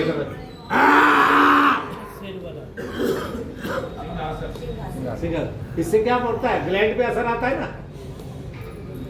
हमारी ग्लैंड जो है, अब आपको ये थोड़ा सा सेग्रीगेशन करना आना चाहिए। काम तो कपालभाति सब जगह करती है, हर काम पे कपालभाति करती है, लोग सब जगह काम करते हैं। लेकिन अगर सेग्रीगेशन के साथ हमें पूछा जाए कि कौन सा किस पर क्या काम करता है तो वो आपको पता होना चाहिए। वो आपको पता होना चाहिए सेग्रीगेशन के साथ पूछा जाए। तो आपने सारे सिस्टम पढ़ लिए। टाइम कितना हुआ है? 20 मिनट बाकी। चलिए अब देखिए, आपने सिस्टम को पढ़ा और उसको योग को रिलेट करके पढ़ा। किसके? योग क्या काम करता है। हमें पेपर में कुछ भी पूछा जा सकता है, छोटे छोटे सवाल आएंगे आपसे जो फिजिकल रूप में पूछा जाएगा तो आसन करवा के देखे जाएंगे, सूर्य नमस्कार करवा के देखा जाएगा। एक तो आपको वो चीज आनी चाहिए। परफेक्टनेस पे स्वामी जी ने ज्यादा ध्यान नहीं दिया, लेकिन अब ध्यान दे रहे हैं। पहले लोगों को जोड़ना था, किसी की टांग यहां तक उठे, किसी की यहां तक उठे, वो जबरदस्ती नहीं की कि हाँ ये सीधी उठनी ही चाहिए, लेकिन कम से कम इतनी तो उठा लो, है ना। हमारे वैसे एक योग अयंकर जी थे, वो कुर्सी से बांध देते थे, दीवार से बांध देते थे, यानी परफेक्शन पर वो ज्यादा ध्यान देते थे। स्वामी जी अगर परफेक्शन पर ध्यान देते तो इतने लोगों को जोड़ नहीं पाते। लेकिन हमने अब धीरे धीरे स्कूल चल रहे हैं, योग के चल रहे हैं, तो परफेक्शन पर भी ध्यान दे रहे हैं। लेकिन सबको जोड़ने के लिए ये नहीं है, किसी का अगर वो नहीं परफेक्ट कर पा रहा तो उसकी बुराई नहीं करनी चाहिए। आपको कक्षा में जोड़ना है सबको, तो जितना वो कर पाए उतना उसको धीरे धीरे करवाना चाहिए, आपको करना चाहिए। चलिए, आसन के प्रकार बताइए मुझे। आसन कितने प्रकार के होते हैं? अगर आपसे सवाल पूछा जाए आसन कितने प्रकार के होते हैं?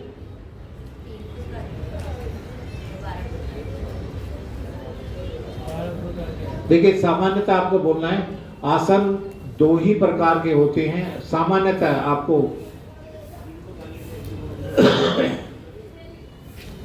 ध्यानात्मक आसन और क्रियात्मक आसन।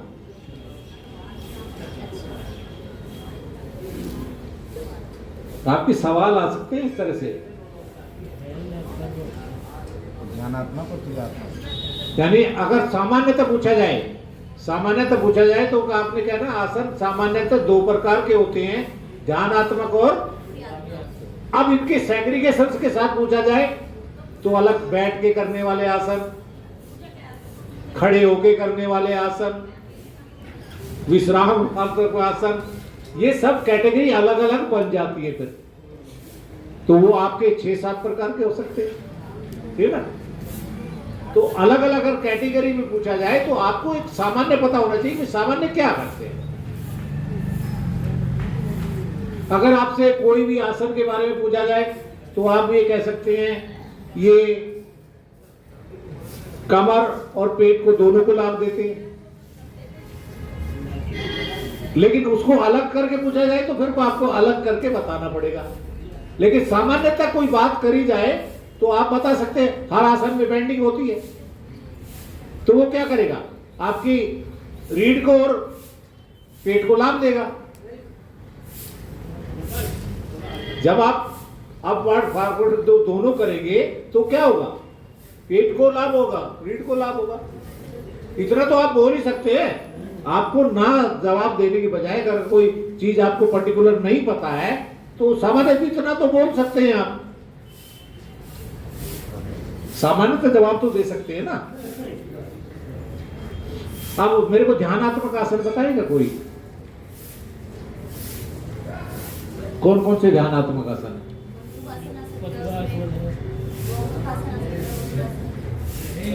प्राणायाम वगैरह आगे। देखिए चलिए सबसे पहले दंडासन। ये ध्यानात्मक, अगर कोई जिनके पेट उनमें दर्द है तो आप इसको दंडासन में भी उससे प्राणायाम करा सकते हैं। किसी को परेशानी है तो आप ऐसे दोनों पैर फैला लिए, दोनों हाथ यहाँ पे, ये कौन सा है, दंडासन। और इसी को विश्राम आसन बोले तो ऐसे ले, है ना, यही दंडासन का विश्राम आसन हो गया ना इस तरह। ये सुखासन, सुखासन ये स्वास्थ्य का आसन हो जाएगा जो आप कर रहे हैं। अभी बताऊंगा ऐसे आप जो कर रहे हैं स्वास्थ्य का। देखो ये अब ऐसे, अब ये मैंने ऐसे किया, ये स्वास्थ्य का आसन।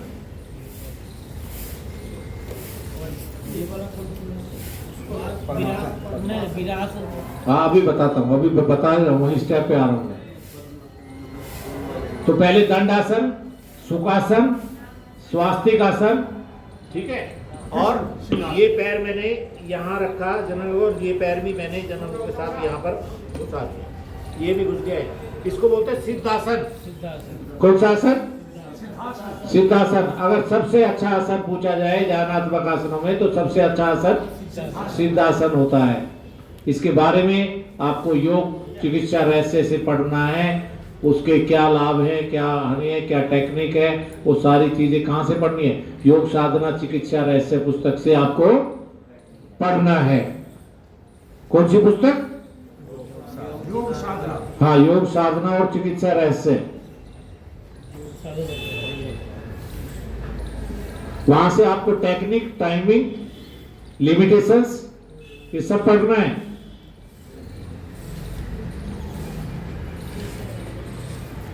ये है कि चलिए, अब इसके बाद ये अर्ध पद्मासन।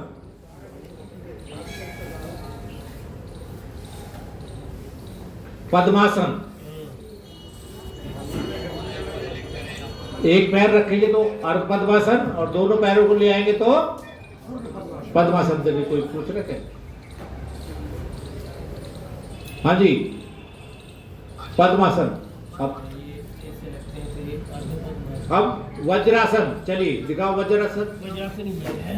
ऐसे पूछा जाए तो एकमात्र ऐसा आसन जो खाना खाने के बाद, देखिए हमें टेक्निक का पता होना चाहिए कैसे करना है। देखिए, या तो हम ऐसे करके ऐसे आए, ठीक है, ऐसे करके आए, या फिर हम एक पैर ऐसे करें। एक टीचर को ना वो पता होना चाहिए, ऐसे नहीं। हमें बताया था जैसे बैठे हाँ पद्मासन आप हाँ, मैं वही बात बता रहा हूँ। तो एक टीचर को एक सलीके से पता होना चाहिए, उसी तरह से आना चाहिए। या तो हम इस तरह से आ सकते हैं या इस तरह से आ सकते हैं। ये एकमात्र ऐसा आसन है जिसको खाना खाने के बाद किया जा सकता है। कभी पार्क में टहलने नहीं जा रहे, बारिश हो रही है, तो इसमें बैठा जा सकता है। ये पाचन तंत्र को मजबूत करता है। तो आपको इस आसन में आप बैठ के कर सकते हैं। एक ब्रह्मचर्य आसन, कौन सा ब्रह्मचर्य आसन कौन सा है? करेंगे? दोनों पैरों मेरे बराबर में और ऐसे बैठ जाओ।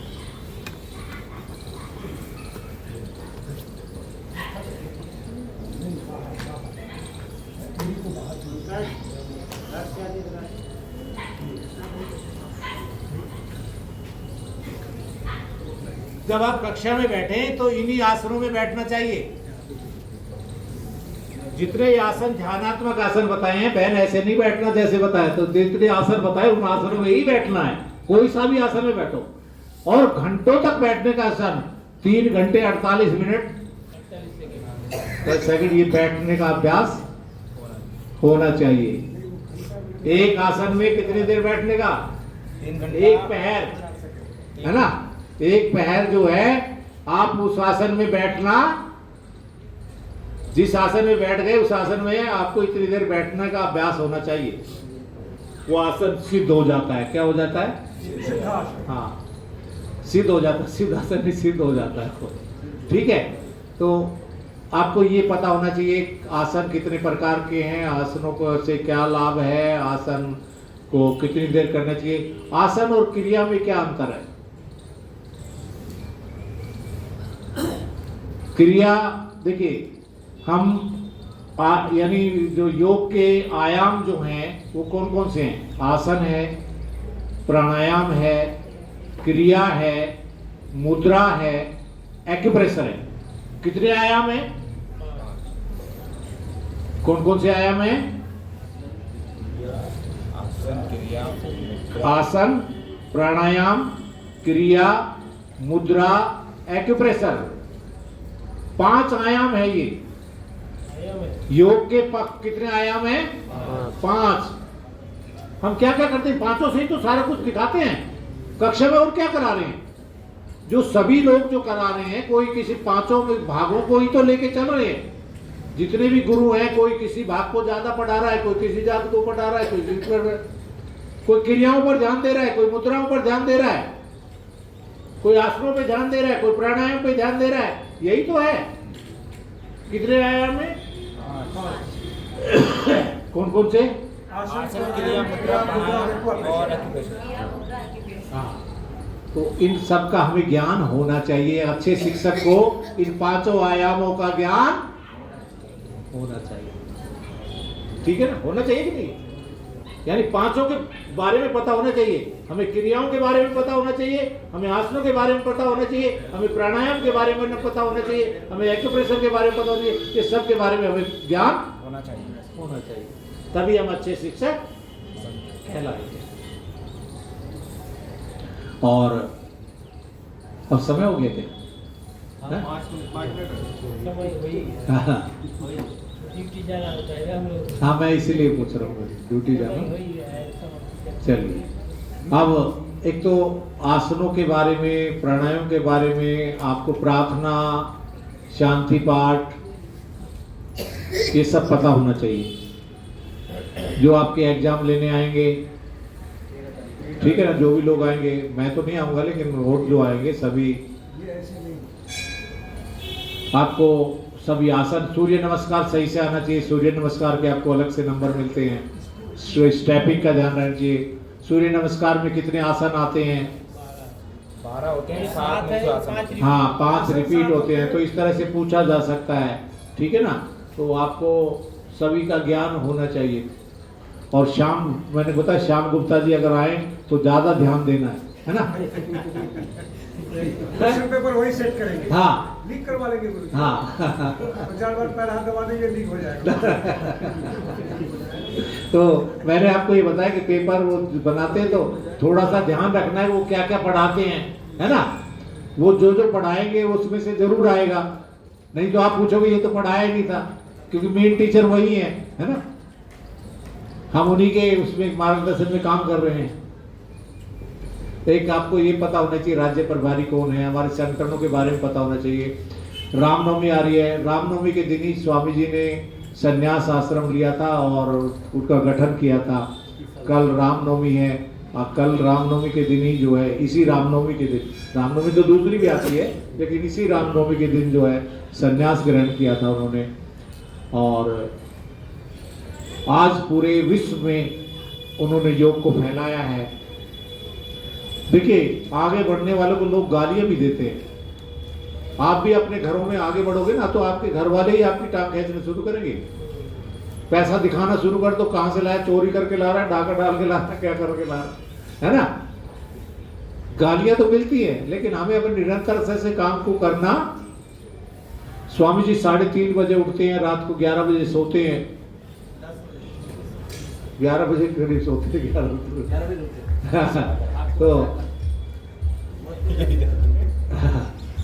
तो अब ये लगा लीजिए, इतनी निरंतरता के साथ मेहनत करना, आंधी आए तूफान आए, हमें नियम पे, देखो हम सब आगे बढ़ सकते हैं लेकिन हम नियम पे नहीं रह पाते। मैं नहीं रह पाता, मैं आपको अपनी बात बताऊं, मैं नियम पे नहीं रह पाता।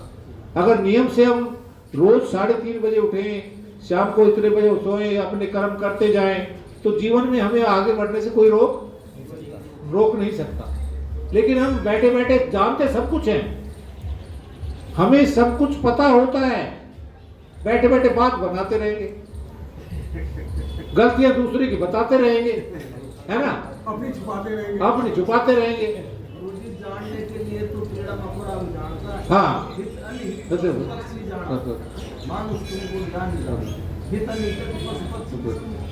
तो सब चीजें ये है। ठीक है, आप योग से जुड़िए, अपने आप को भी ठीक करिए और लोगों को, औरों को भी जोड़िए, उनको स्वस्थ कीजिए।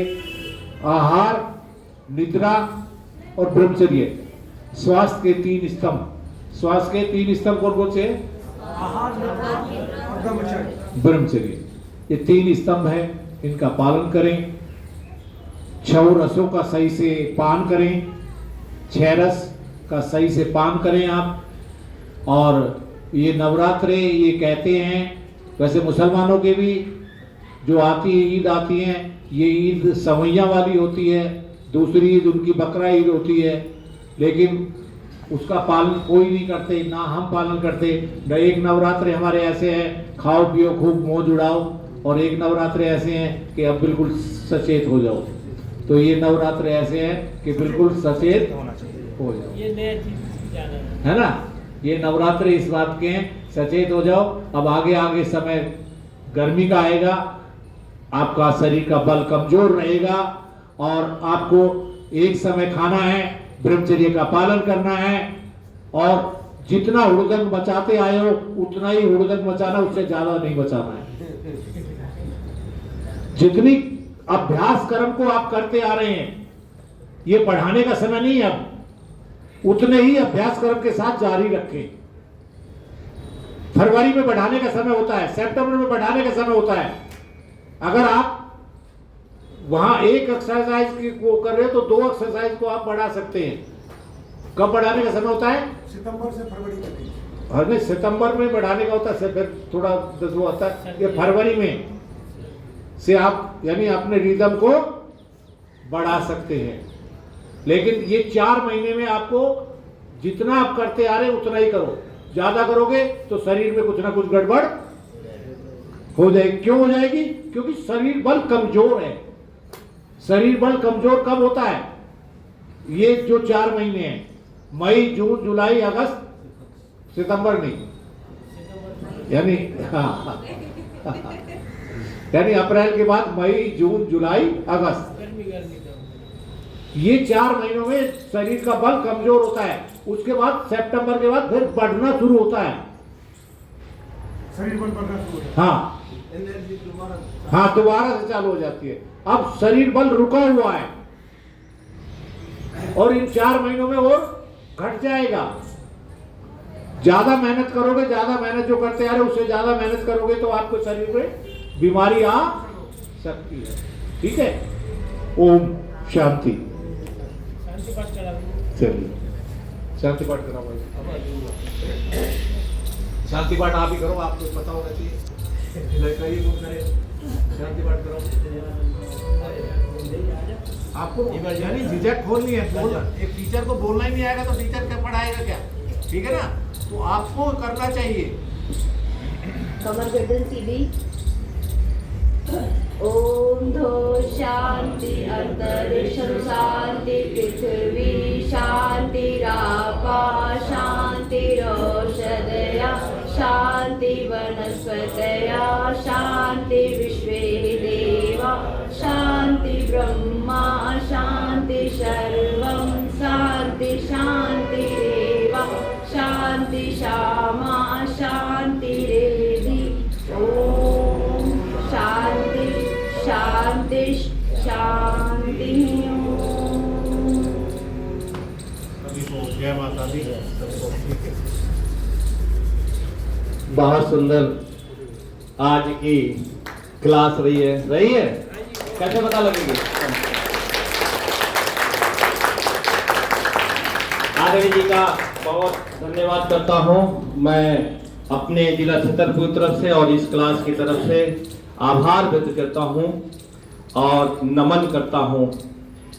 जिस सरल शब्दों से मतलब पता ही नहीं लगता कि एक डॉक्टर पढ़ा रहा है, डॉक्टर आएगा वो पता नहीं क्या क्या बोलेगा, समझ आता नहीं हम लोगों को जो साइंस वाले नहीं है। और साइंस वाले बहुत सारे नहीं है, इतने हमें तो कल पता लगा आदरणीय जी आ रहे हैं। मैं इतना खुश हुआ पांडे जी क्लास में जो यहाँ बैठे थे, इतना खुश हुआ। हम ये मान के चले थे कि इस प्रांगण में चूंकि हम एक किनारे हैं, अंदर हैं, कोई नहीं आएगा। बहुत सभी महान भाव आए, हमारे पतंजलि प्रांत के जितने लोग राज्य के लोग हैं उनके लिए आदरणीय जी अभी पद त्याग किया खुद इन्होंने जनवरी में। मैं भी था वहीं हरिद्वार में 31 जनवरी से 31 दिसंबर से 5 जनवरी। तो अभी इन्होंने पद त्याग किया कि लोग आगे बढ़े। तो आदरणीय भाई श्याम जी जो 2 दिन आ चुके हैं, 8 तारीख को फिर आएंगे, तो उनको फिर आपने पद दिया। ये आपकी महानता है। जिस सुचारू रूप से आप संचालन कर रहे थे, आशा है वो भी करेंगे, तो ये बड़ी बात है। और सानिध्य प्राप्त हमारा होता रहता है। पिछला इंटरनेशनल योगा डे में आप खुद थे, प्रणाम कराए थे, जो गए होंगे याद होगा, है ना? लेकिन आदरणीय जी मुझे मौका दिया कि इंटरनेशनल योगा डे का प्रोटोकॉल आप कराओगे, है ना? तो इतना सुंदर आपका व्यवहार है, उसके लिए हम धन्यवाद करते हैं। ताली बजा के जोर से करेंगे। आज का प्रसाद रवीना की तरफ से है। रवीना सबको बिस्कुट बांट दें। फोटो लिए आ जाओ ग्रुप फोटो के लिए, उसके बाद प्रसाद बांटेंगे। और आदरणीय भाई शैलेंद्र जी आज वो एक कुंजी लेके आए हैं, तो सब एक एक सीट लेके जाएंगे जो स्टूडेंट है। आए सभी बैठ जाएं, कुछ लोग खड़े हो जाएं, घुटने के बल एक लाइन में खड़े हो जाए, पीछे घुटने के बल हो जाए एक लाइन में। घुटने के बल वाले, और घुटने जो लाए वो एकदम और पीछे हो जाए। थोड़ी सी ऐसे हो घुटने जाओ, के बल खड़े हो जाओ। ऐसे हो जाओ, क्योंकि बाकी पीछे पीछे से पीछे आओ ना, पीछे पीछे आओ, घुसो, आप उस तरफ हो पीछे जाओ, पीछे जाओ, जाल लंबा हो जाएगा। एक लाइन पीछे खड़े हो जाओ सब, चलो ना, एक लाइन पीछे खड़े हो आगे जाओ। पीछे हो जाओ यार, बड़े लोग जो है आगे हो जाओ, घुटने वाले छोटे लाइन पीछे हो घुटने जाओ। पे आ जाओ, आओ घुटने पे, तुम घुटने पे आ जाओ। चलो हम भी बैठ ही जाते हैं, दाढ़ी जी बैठे हैं। पीछे से लाइट तो- आता है, रुक जाओ 1 मिनट। दूसरी शाम की क्लास चल रही है, तो आप सभी शाम की क्लास को ज्वाइन करना है। बोलो भारत माता की जय, भारत माता की जय, वंदे वंदे करो योग, कौन करेगा? बोलो श्री रामचंद्र की जय, बजरंगबली की जय, देवी माता की जय, बोलो हर हर। तो रवीना जी आप आज प्रसाद लाई हैं, तो रवीना जी को एक बार ताली से अभिनंदन करें सभी। भाई फोटो ले लिया ना, वीडियो बना रहे हो, धन्यवाद। फोटो डाल और जाएगा। शैलेंद्र भाई आप सबको आप बांटो एक एक, और ये पुराने 3-4 है मत देना, मेरे हाथ में बल्कि दे दो, तो मुझे पता है ये पुराने वाला मत देना। और हाँ